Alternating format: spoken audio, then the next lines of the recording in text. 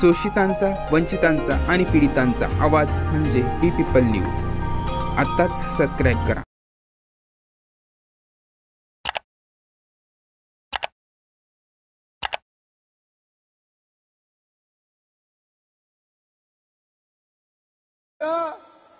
कि schedule caste, schedule tribe, backward के लोगों को कितनी उनकी आबादी और कितना सम्मान उनको मिल रहा है, कितनी हिस्सेदारी उनको मिल रही है. तो केंद्र सरकार जल्द से जल्द जातिगत जनगणना कराए.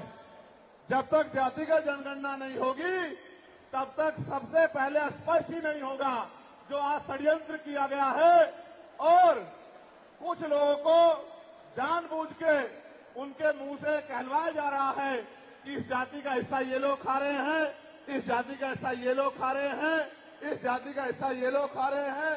मैं चंद्रशेखर आजाद आपको वचन देके कहता हूं, अपने बहुजन समाज के सामने जातिवार जनगणना कराइए, उसके आंकड़े सार्वजनिक कराइए.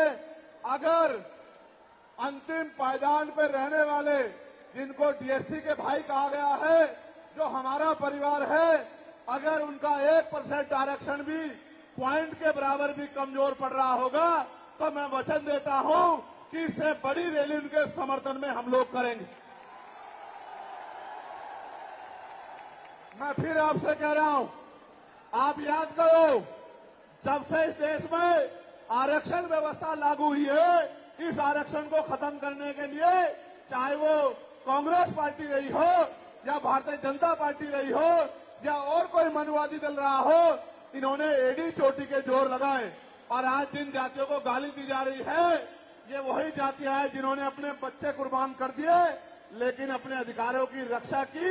और आज भी इस देश में आरक्षण बचा हुआ है, नौकरियां बची हुई है, हिस्सेदारी बची हुई है, राजनीतिक व्यवस्था कायम है, लोकतांत्रिक व्यवस्था है. तो धन्यवाद करना चाहिए उन जातियों का जिन्होंने अपने प्राणों का बलिदान दे दिया, लाठी डंडे खाए, गोलियां खाई, लेकिन अपने अधिकारों को छीनने नहीं दिया. सब लोगों को उनका धन्यवाद करना चाहिए. लेकिन दुश्मन का ये षड्यंत्र है और दुश्मन बड़ा समझदार है. दुश्मन जानता है कि 2 अप्रैल 2018 के बाद में ये दलित समाज एकजुट हो गया था. जब दलित समाज एकजुट हुआ तो वो ये सोचने लगे कि इनकी एकता को कैसे तोड़ा जाए. आप और मैं जानते हैं, जब हम मुट्ठी बनकर रहेंगे तो कोई हमारे अधिकारों को नहीं छीन सकता. लेकिन जब जब हम बट जाएंगे, एक उदाहरण के तौर पे बताता हूं, अगर आप झाड़ू की सिक्कों को इकट्ठा कर दोगे, वो सिक्के जो हैं एकजुट हो जाएंगे, उनको बांध दिया जाएगा तो वो सारा कचरा साफ कर देंगे. लेकिन अगर वो जो सिक्के होते हैं, अगर आपने उनको अलग अलग कर दिया तो वो कचरा साफ नहीं कर पाएंगे, वो खुद कचरा बन जाएंगे, उनकी कोई हैसियत नहीं बनेगी. इसलिए हमारे महापुरुषों ने बहुजन समाज में भाईचारे की बात की. और आप महसूस करो, बाबा साहब अम्बेडकर ने क्या नारा दिया? शिक्षित बनो, संगठित रहो और संघर्ष करो. हमें शिक्षित भी बनना है, संगठित भी होना है और अपने विरोधियों, बैरियों के खिलाफ संघर्ष भी करना है, अपने अधिकारों के लिए संघर्ष भी करना है. मैं जब देश के बाहर गया तो मैंने देखा कि वो लोग तरक्की कर रहे हैं, उनकी जिंदगी खुशहाल है, उनकी जिंदगी अच्छी बन रही है. लेकिन उनकी जिंदगी तो अच्छी बन रही है, लेकिन 75 साल की आजादी के बाद आज भी भारत में 80% लोग ऐसे हैं जो रोटी, कपड़ा, मकान से वंचित है, जिनको इज्जत की जिंदगी नहीं मिल रही. तो मैं ये देख रहा था, मुझे बड़ी खुशी हो रही थी. लेकिन जब मैं भारत की तरफ देखता हूं तो बड़ी निराशा हाथ लगती है. फिर ये महसूस करता हूं कि आज जो कुछ हमारे पास है वो हमारे महान पुरुषों की संघर्ष की वजह से है. अगर हमारे महान पुरुष संघर्ष नहीं करते तो जो आज हमें मिला है ये भी हमें किसी कीमत पे नहीं मिलता. आप जानते हैं, हमेशा आरक्षण के खिलाफ चाहे सुप्रीम कोर्ट हो या मनुवादी दल हो, सब लोगों ने आरक्षण को समाप्त करवाने के लिए एडी चोटी के जोर लगा दिए। और इसका सबसे बड़ा हमला इस पे कब हुआ? जब 10% EWS लागू हुआ। मुझे माफी चाहते हुए कहना है कि हमारे दलों ने भी हाथ उठा के जो हमारे पूर्व के दल थे उनका समर्थन किया, जबकि वो आरक्षण पे सबसे बड़ा हमला था। अगर उसी दिन हम लोगों ने सड़कों पर निकल के अपनी आवाज को उठाया होता तो किसी की मां ने दूध नहीं पिलाया होता कि वो दोबारा आरक्षण पे हमला करने के बारे में सोच लेता। ये भाजपा के लोग जो सत्ता में बैठे हैं, इन्होंने वोट तो आपसे हमसे ली धर्म के नाम पे, भाईचारे के नाम पे, लेकिन सत्ता में आके ये लोग अपने लोगों का काम करने लगे, अपने महापुरुषों की विचारधारा को आगे बढ़ाने लगे और हम लोग रोटी रोटी के लिए मोहताज लोग, जुल्म जाति के शिकार लोग परेशानी की जिंदगी जीने लगे। मैं चाहता हूं कि जो जिंदगी हमारे लोग ऑस्ट्रेलिया में जी रहे हैं, ऑस्ट्रिया में जी रहे हैं, इटली में जी रहे हैं, यूरोप में जी रहे हैं, पूरे अमेरिका में जी रहे हैं, कनाडा में जी रहे हैं, हॉलैंड में जी रहे हैं, नीदरलैंड में जी रहे हैं, ऐसी जिंदगी की व्यवस्था भारत में भी हो। लेकिन ये तभी संभव है जब राजनीतिक शक्ति हमारे पास हो।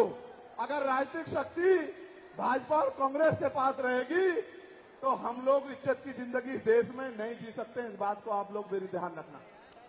ये मैं नहीं कह रहा हूं, ये बाबा साहब अम्बेडकर ने कहा, political power is the master की। राजनीतिक सत्ता वो चाबी है जो आपकी सारी परेशानियों का हल कर देगी। और राजनीतिक सत्ता जिनके पास है उनके लोग हजारों हजारों करोड़ रुपए लेके भाग जाते, उनके लोग उनके पूंजीपतियों के लाखों लाखों करोड़ रुपए माफ कर दिए जाते। लेकिन अगर आपका 10,000 रुपए का बिल भी बाकी हो तो 10,000 रुपए का बिल भी अगर आप नहीं दोगे तो मुकदमा लिख के आपको जेल भेजने का काम सरकार कर देगी और आपके घर की कुर्की भी करा देगी। आप किसानों का, मजदूरों का हाल देख लो, आप नौजवानों का हाल देख लो, इस देश में क्या है। तो हमारी सबसे बड़ी मांग ये है, आप समर्थन करके बताना कि आप इस पर सहमत हो या नहीं हो। बताओ, जातिवार जनगणना होनी चाहिए नहीं होनी चाहिए? एक सुर में बताओ, होनी चाहिए नहीं होनी चाहिए? साथ साथ इस देश में जातिवार जनगणना के साथ साथ जितने भी सरकारी संस्थान हैं, चाहे वो जुडिशरी हो जहां से हमारे खिलाफ लगातार फैसले आते हैं, चाहे वो आर्मी हो, चाहे वो और कोई सरकारी संस्था हो, सब लोग सब जगह पर आरक्षण व्यवस्था लागू होनी चाहिए। बताओ, होनी चाहिए नहीं होनी चाहिए? दोनों हाथ उठा के बताओ, होनी चाहिए नहीं होनी चाहिए? बहुत अच्छी बात। साथ साथ हमारी ये भी मांग है जो मैंने पार्लियामेंट में भी उठाई कि निजी क्षेत्रों में आप इस बात को समझो गौर करके, इस देश में 2% सरकारी नौकरियां, कितने परसेंट? जोर से बताओ। 98% प्राइवेट सेक्टर है। कुछ ऑर्गेनाइज है, कुछ अनऑर्गेनाइज है। आप ये देखो, 2% में तो बंटवारा है, लेकिन 98% पे पुरानी सत्ता वाले लोग और आज की सत्ता वाले लोग सांप की तरह कुंडली मार के बैठे हैं। ना वहां SC/ST के लोगों का कोई प्रतिनिधित्व है, ना OBC के लोगों का है, ना ही मुस्लिम लोगों का है। तो हमारी मांग ये भी है कि अब समय आ गया है कि निजी क्षेत्रों में भी आरक्षण की व्यवस्था होनी चाहिए। होनी चाहिए नहीं होनी चाहिए? बताओ, दोनों हाथ उठा के बताओ, जोर से बताओ, होनी चाहिए नहीं होनी चाहिए? Very good, very good. साथ साथ हमारी ये मांग है कि प्रमोशन में रिजर्वेशन भी इस देश में लागू होना चाहिए। शेड्यूल कास्ट, शेड्यूल ट्राइब और बैकवर्ड के लोगों के लिए प्रमोशन में रिजर्वेशन भी सरकारी संस्थानों में लागू होना चाहिए। लागू होना चाहिए, लागू होना चाहिए? बताओ, जोर से बताओ। हमारी ये भी मांग है कि मंडल कमीशन की बाकी सिफारिशें भी लागू होनी चाहिए, क्योंकि जब तक मंडल कमीशन की बाकी सिफारिशें लागू नहीं होगी तब तक पिछड़े वर्ग के लोगों को बराबर की हिस्सेदारी और सम्मान नहीं मिलेगा। हमारी ये भी मांग है, सरकार कह रही है कि क्रीमी लेयर लागू करना चाहिए और जज साहब भी कह रहे हैं क्रीमी लेयर लागू करना चाहिए। मैंने पार्लियामेंट में पूछा कि भारत में कितने शेड्यूल कास्ट के लोग, शेड्यूल ट्राइब के लोग अरबपति बन गए, इसका डाटा आपको सार्वजनिक करना चाहिए, आर्थिक आंकड़े सार्वजनिक करने चाहिए। तब हमें पता लगेगा कि क्रीमी लेयर की स्थिति में हम आए या नहीं आए। आपको शायद जानकारी नहीं है, मैं आपको बताता हूं, आज भी बहुत सारे पदों को एनएफएस करके, नोट फाउंड सुटेबल करके हमारे योग्य लोगों को नौकरी से निकालने का काम ये सरकारें करती है, क्योंकि कलम की ताकत उनके हाथ में होती है। जिनकी राज सत्ता पे कब्जा होता है, हमारे लोगों का राज सत्ता पे कब्जा नहीं है, इसलिए सारी योजनाएं हमारे खिलाफ बनती हैं। हमारी ये भी मांग है, जिस पर मैं गौर कर रहा हूं, सरकार ने कहा, मैं आज इस पर भी बोलूंगा। आज अगर मैं इस पर नहीं बोलूंगा तो हमारे लोगों को पता ही लगेगा देश में क्या हो रहा है। सरकार ने कहा कि वर्गीकरण लागू होना चाहिए।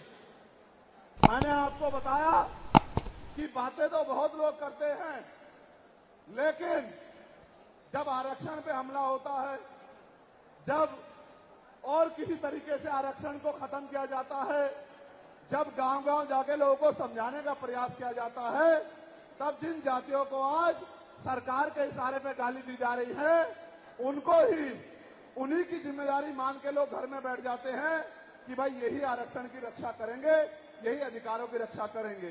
लेकिन सच ये है, अगर सरकार की मंशा वर्गीकरण के जरिए वास्तविकता में निचले पायदान पे बैठे अंतिम व्यक्ति को ऊपर उठाने की होती, तो जिस तरह से 10% आर्थिक आधार पर आरक्षण की व्यवस्था की गई थी, 10% आरक्षण की व्यवस्था डीएससी के भाइयों के लिए, डीएससी परिवारों के लिए सरकार कर सकती थी।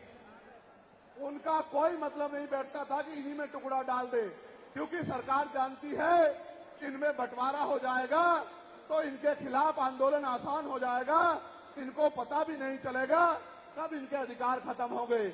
मैं आपसे कहना चाहता हूं, सरकार बताए उनके पास वर्गीकरण की क्या पॉलिसी है, किस आधार पे वो वर्गीकरण करना चाहते हैं, कौन से आंकड़े उनके पास है, कौन से डाटा उनके पास है। मैं सरकार से जानना चाहता हूं, सरकार कमेटियां बना दे और वर्गीकरण किस फॉर्मूले पे करेगी ये भी बता दे। हम सरकार को भी सुनना चाहते हैं। अभी देश में पिछले दरवाजे से कुछ नहीं होगा, जो कुछ होगा आमने सामने होगा। अगर हमारे अधिकारों की बात आएगी तो लड़ाई आमने सामने लड़ी जाएगी। सरकार ये भी बताए क्या वह रोस्टर में बदलाव करेगी, क्या सरकार रोस्टर में बदलाव करेगी, सरकार बताएगी। हमारे लोग तो अभी सही तरह से चीजों को नहीं जानते हैं। मैं ये भी विश्वास दिलाता हूं, स्पेशली डीएससी के भाइयों को कह रहा हूं, मेरी बात को गौर से सुनना। स्पेशली डीएससी के भाइयों को कह रहा हूं, उन जातियों को जो लोग आंदोलन कर रहे हैं, आपको एहसास नहीं है, जब देने की बारी आएगी हम बताएंगे अपने भाइयों को किस तरह से आगे बढ़ाया जाता है, किस तरह से उनकी हिस्सेदारी दी जाती है। अभी तो हम पे देने में कुछ है ही नहीं। मैं आपको विश्वास दिला कहता हूं, डीएससी के जो हमारे भाई हैं, वाल्मीकि समाज के भाई हों, धानुक समाज के भाई हों और बागड़ी समाज के भाई हों और किसी सैसी समाज के भाई हों, मैं चंद्रशेखर आजाद वचन देके कहता हूं बहुजन समाज के सामने, ये हमारी आपसी बातचीत है। आप दुश्मन के इशारों पे काम मत करो, हम लोग बैठ के अपनी लड़ाई को निपटा लेंगे। हम लोग अपने आप बैठ के चर्चा करके आपके साथ बैठ के, अगर कहीं हमें कुछ डर भी है, आप चीजों को नहीं समझ पा रहे हो या हम लोग समझा नहीं पा रहे, अगर आपको अधिकार मिलता है तो बताओ, हमारे किसी व्यक्ति को तकलीफ है क्या? बताओ, अगर हमारे डीएससी के भाइयों को अधिकार मिलता बताओ, हाथ उठा के बताओ, तकलीफ है क्या हमें किसी को?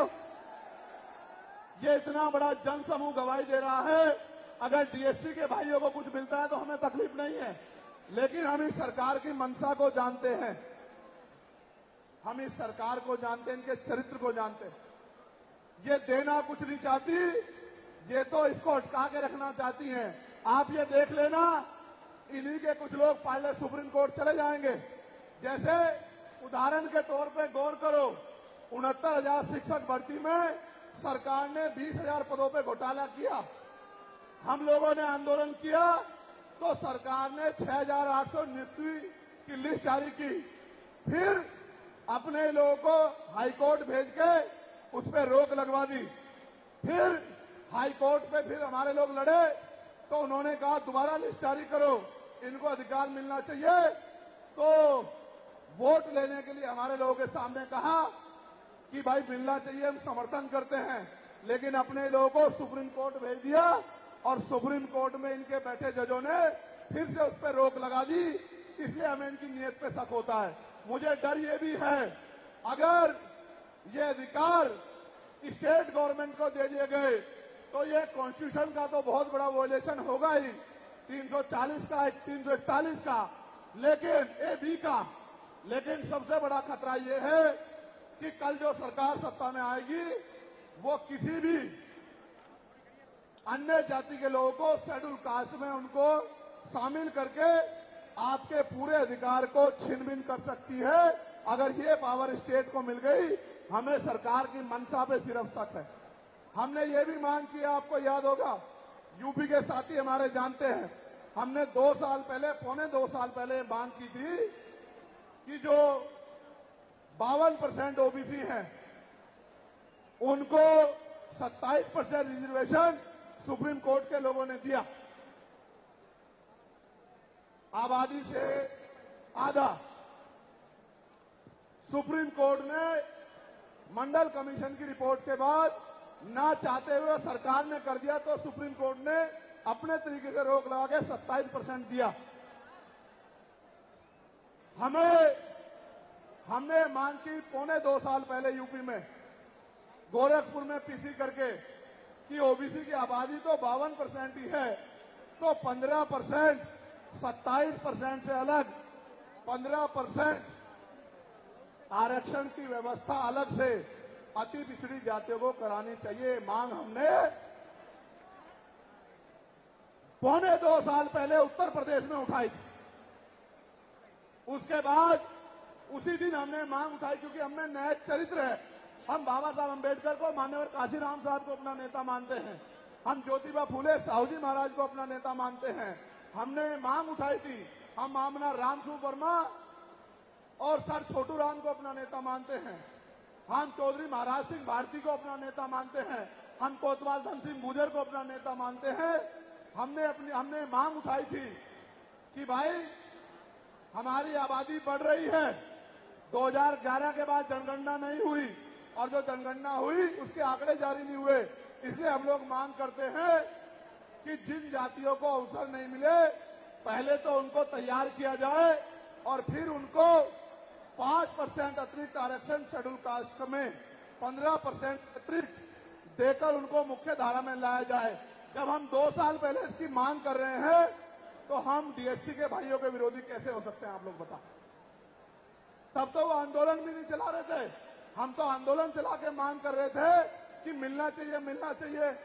लेकिन मैं आज भी कहता हूं, हमारी ये मांग है कि अब समय आ गया देश में कि आरक्षण की सीमा बढ़ाई जानी चाहिए, आरक्षण की कैप खत्म की जानी चाहिए और 100% रिजर्वेशन इस देश में लागू होना चाहिए।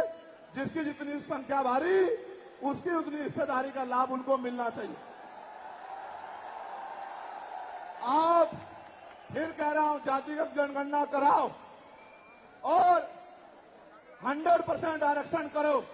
मैं तो स्वर्ण जातियों का सबसे बड़ा हितैषी हूं, उनको 10% आरक्षण क्यों दे रहे हो?